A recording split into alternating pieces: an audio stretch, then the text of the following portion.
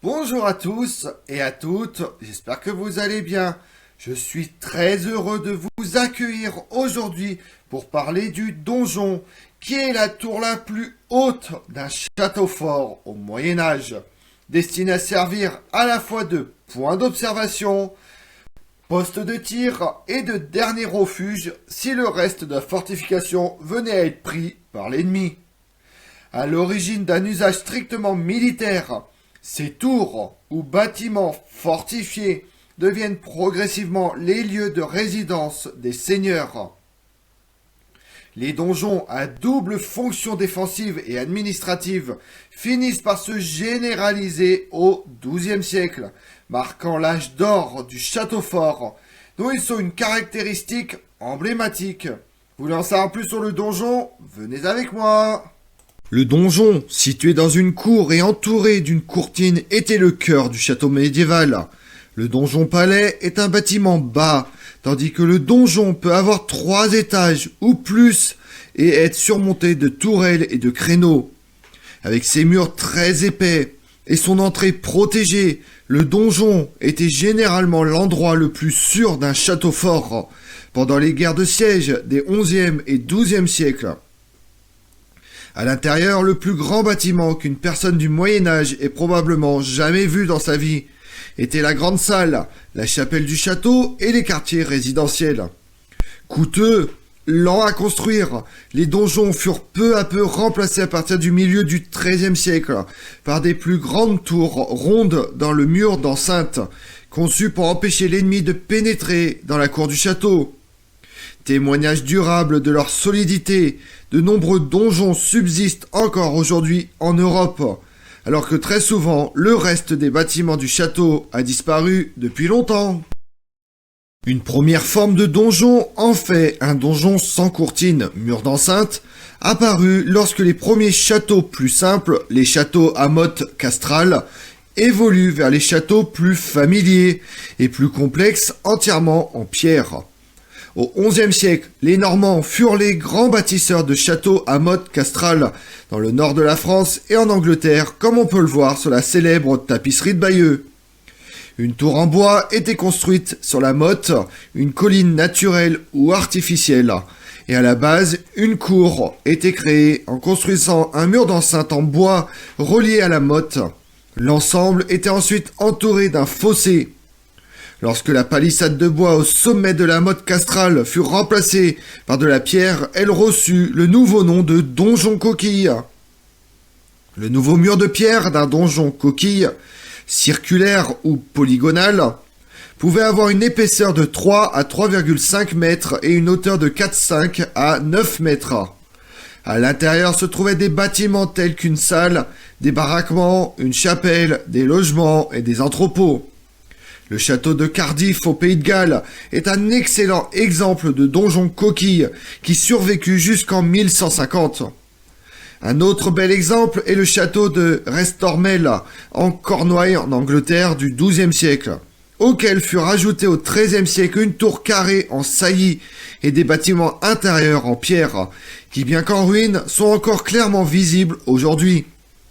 Disposés autour d'une cour circulaire centrale, les nobles, recherchant un plus grand confort résidentiel, la plupart des donjons annulaires furent agrandis ou abandonnés au profit de châteaux en pierre plus importants, situés sur un autre site et nécessitant des fondations plus substantielles que celles de la motte castrale qui pouvaient fournir. Les donjons plus bas, c'est-à-dire ceux qui n'ont qu'un ou 2 étages, sont parfois appelés donjons-palais. Ils suivent de nombreux principes architecturaux des donjons-tours, avec des murs massifs, de petites fenêtres. Ils reposent sur un socle incliné, et leur accès est limité par un fossé ou un pont-levis et parfois par un avant-corps. L'un des plus grands donjons-palais se trouve à Colchester Castle, Essex, Angleterre, construit vers 1074. D'autres beaux exemples de donjons sont visibles au château de Norwich 1095-1115 et à Castle Rising 1138, tous deux situés dans le Norfolk en Angleterre. Comme le montrent ces 2 exemples, les donjons-palais n'ont en aucun cas évolué vers des donjons-tours encore plus grands. Au contraire, les deux types pouvaient être contemporains, et certains propriétaires de châteaux préféraient ce type de conception en raison de son coût moins élevé, ou parce que la défense n'était pas leur objectif principal. Avant la fin du XVIe siècle, le donjon était le nom donné à la tour isolée ou à la grande tour. L'objectif évident d'une solide retraite défensive ne correspond pas toujours à l'époque relativement paisible à laquelle certains donjons furent construits. Si les tours n'étaient qu'un geste grandiose visant à impressionner la population locale par la richesse et le pouvoir de leurs propriétaires, elles représentaient alors une méthode extrêmement coûteuse. En outre, dans le cas des châteaux qui ne servaient pas de résidence, ils n'avaient qu'une utilité pratique limitée et n'étaient de toute façon que rarement visités par la population locale. Néanmoins, les tours auraient été vues de loin et auraient certainement impressionné à la fois les résidents locaux et les attaquants potentiels, et leur coût élevé est peut-être précisément la raison pour laquelle elles furent commandées. Les premières grandes tours des châteaux étaient généralement une extension d'un bâtiment existant. Parfois, une porte fortifiée existante servait de base à la construction d'une tour plus grande, comme au château de Richmond dans le Yorkshire en Angleterre au milieu du XIIIe siècle. Les tours donjons indépendantes, proprement dites, commencent à apparaître dans la plupart des châteaux à partir de la fin du XIe siècle. L'une des premières en Angleterre était si impressionnante qu'elle donne son nom à l'ensemble du château, la Tour de Londres, construite vers 1078-1100 par Guillaume le Conquérant. Les donjons peuvent être carrés ou rectangulaires et sont souvent surmontés de petites tours ou de tourelles. D'autres sont polygones et ont un mur incurvé ou sont entièrement ronds, ce qui permettait aux défenseurs d'avoir une vue imprenable sur 360 degrés et éviter ainsi les angles morts. Il existe cependant des exceptions, la tour de Trim, dans le comté de Meath en Irlande, vers 1200. Par exemple, a presque la forme d'un crucifix, et le château de Coningsbrugh dans le Yorkshire en Angleterre 1180-1190 possède 6 tourelles pleines semi-polygonales autour d'un intérieur circulaire.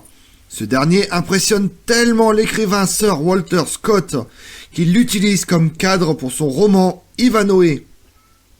L'un des donjons rectangulaires les plus imposants est celui du château de Douvres dans le Kent en Angleterre, 11e-12e siècle. Les murs massifs, soutenus par un pilastre central dans chaque centre. En revanche, l'un des plus anciens et des plus grands donjons à tour ronde fut construit par Guillaume le Maréchal, le meilleur chevalier du monde, au château de Pembroke, au Pays de Galles, 1199-1219. L'idéal était d'utiliser une fondation rocheuse solide afin d'éviter qu'elle ne soit sapée par une force d'attaque. Une autre solution consiste à creuser des tranchées que l'on remplissait ensuite de gravats et dans lesquels on enfonçait des pieux en chêne. Les murs épais étaient généralement composés de moellons et de noyaux de mortier, recouverts de blocs de pierre de taille.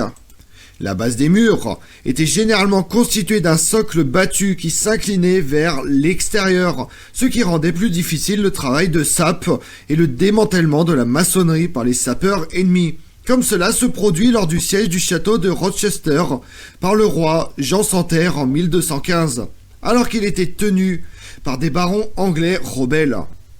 Certaines tours étaient surmontées de houdes en bois qui servaient de plateforme de tir couverte, comme au château de Rochester en Angleterre, 1127-1136.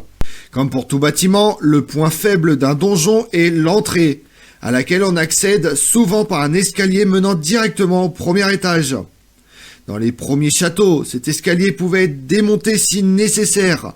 Plus tard, il devient permanent mais protégé par son propre passage et des portes grillagées qui constituaient le dernier obstacle redoutable pour les assaillants qui parvenaient jusque-là. Les propres passages des donjons et des tours ajoutés sur le côté du donjon. On avait l'avant-corps qui était parfois séparé du donjon par un pont-levis, une herse et un fossé. Même si les soldats parvenaient à pénétrer dans le donjon, ils devaient se frayer un chemin dans les étroits escaliers en collimation qui menaient à chaque étage. et parfois traverser un étage entier pour atteindre l'escalier du niveau suivant. Le sous-sol du donjon était généralement utilisé pour stocker les denrées alimentaires, les armes et l'équipement. Un puits profond fournissait généralement l'eau potable, qui pouvait être complétée par des précipitations captées et dirigées vers une citerne. Au rez-de-chaussée se trouvaient les cuisines et parfois les écuries. Si les donjons continuent à être construits dans les dernières décennies du XIIe siècle, ils étaient désormais peu courants, sauf dans les régions en proie à de graves troubles, comme en Irlande et dans les frontières du Pays de Galles. Les concepteurs de châteaux préféraient désormais des tours rondes et volumineuses situées à l'intérieur même de la courtine, ce qui rendait inutile la construction d'un donjon, dans la mesure où l'on espérait que l'ennemi ne franchirait jamais le mur extérieur. Framlingham, dans le Suffolk, en Angleterre, construit vers 1180, fut un des premiers exemples de châteaux sans donjon. À l'instar de certaines autres caractéristiques architecturales des premiers châteaux, certains propriétaires appréciaient l'effet imposant d'un grand donjon, même lorsque les guerres de la fin du Moyen-Âge s'étaient éloignées des sièges qui caractérisaient les conflits antérieurs. L'arrivée de canons plus gros, plus précis à partir du XIVe siècle, contribue également au déclin des donjons. De nombreux châteaux furent adoptés et adaptés pour accueillir leurs propres batteries de canons, notamment en élargissant les fenêtres à fente pour permettre le passage des canons. Plus important encore pour le donjon, un canon ne pouvait être tiré efficacement lorsqu'il était incliné vers le bas. Et de nombreux murs et tours de châteaux furent donc réduits en hauteur. Enfin, les propriétaires de châteaux recherchaient davantage le confort que la force défensive, et les hautes tours à l'espace limité cèdent donc la place à des bâtiments plus bas, plus vastes, qui pouvaient accueillir des logements privés plus spacieux. Comme on l'a vu, le donjon désigne la partie du château réservée aux maîtres et seigneurs. En dehors de son rôle spécifiquement militaire, lors d'un siège, on y installe en général les appartements du seigneur et de sa famille, des réserves stratégiques de nourriture et d'armes. Pratique pour un siège, le donjon sert également pour des prisonniers qu'on cherche à isoler particulièrement. Je vous remercie d'avoir suivi cette vidéo en ma compagnie. Si vous voulez connaître mes autres vidéos, retrouvez-moi sur ma chaîne YouTube Tout sur l'Histoire avec Damien, mais également sur les réseaux sociaux, Twitter et Instagram, Histoire Damien. Et pensez à liker, commenter et vous abonner. Je vous remercie à tous.